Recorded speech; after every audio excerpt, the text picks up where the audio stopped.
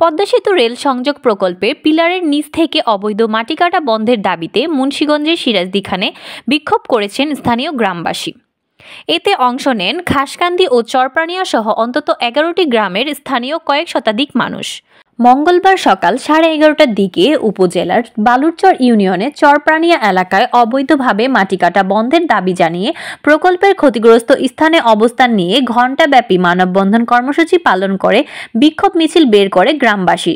এতে অংশ নেন ঘাসকান্দি ও চরপ্রাণিয়া সহ অন্তত 11টি গ্রামের স্থানীয় কয়েক শতাধিক মানুষ। ভুক্তভোগী ও ক্ষতিগ্রস্তদের অভিযোগ, সরকার পতনের সুযোগে স্থানীয় একটি প্রভাবশালী চক্রের মাধ্যমে রাতের আধারে অবৈধভাবে পদ্মা সেতুর রেল সংযোগ প্রকল্পের পিলারের নিচ থেকে মাটি কেটে বিক্রি করে দেওয়া হচ্ছে।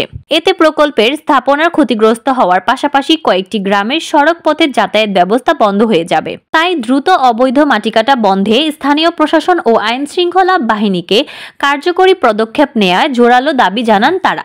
এর আগে ক্ষতিগ্রস্ত গ্রামবাসীরা মানববন্ধনে অংশগ্রহণ নিয়ে শীঘ্রই অবৈধ মাটি কাটা স্থানীয়ভাবে বন্ধ করা সহ মাটি বিক্রয়ের সাথে জড়িত বিরুদ্ধে আইনগত ব্যবস্থা নেওয়ার দাবি জানান। পরে দ্রুত দাবি আদায় না হলে কঠোর আন্দোলনের হুঁশিয়ারি দেওয়া হয় কর্মসূচি থেকে। এছাড়া স্থানীয় কৃষকদের অভিযোগ, অবৈধভাবে মাটি কাটার ফলে এরই মধ্যে ক্ষতিগ্রস্ত হয়েছে নদীর তীরবর্তী 2টি গ্রামের সংযোগ সড়ক সহ কৃষি জমি মাটি। এতে ব্যাহত হচ্ছে ফসলের উৎপাদন সহ স্থানীয়দের দৈনন্দিন যাতায়াত কার্যক্রম। সেতুর যে মাটি বরণ হয়েছে, এই মাটি কিছু আওয়ামী লীগের ভূমিদস্যু এসে কিছু পড়াশোনার লোক বাউ করে জমি কাটতে আইছিল।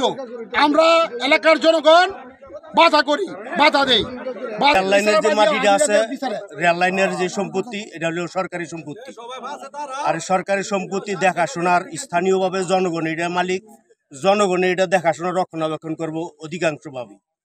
কিন্তু ইদানিং কিছু ভূমিদস্যুরা রেল লাইনের জমিগুলির মাটি যেগুলি আছে ভরাট করছে। রাস্তা উন্নয়নের জন্য যে রাস্তা তৈরি করেছিল, রাস্তার মাটিগুলি এখন কিছু ভূমিদস্যুরা কাইটে নিয়ে বিক্রি করে ফেলাইতেছে।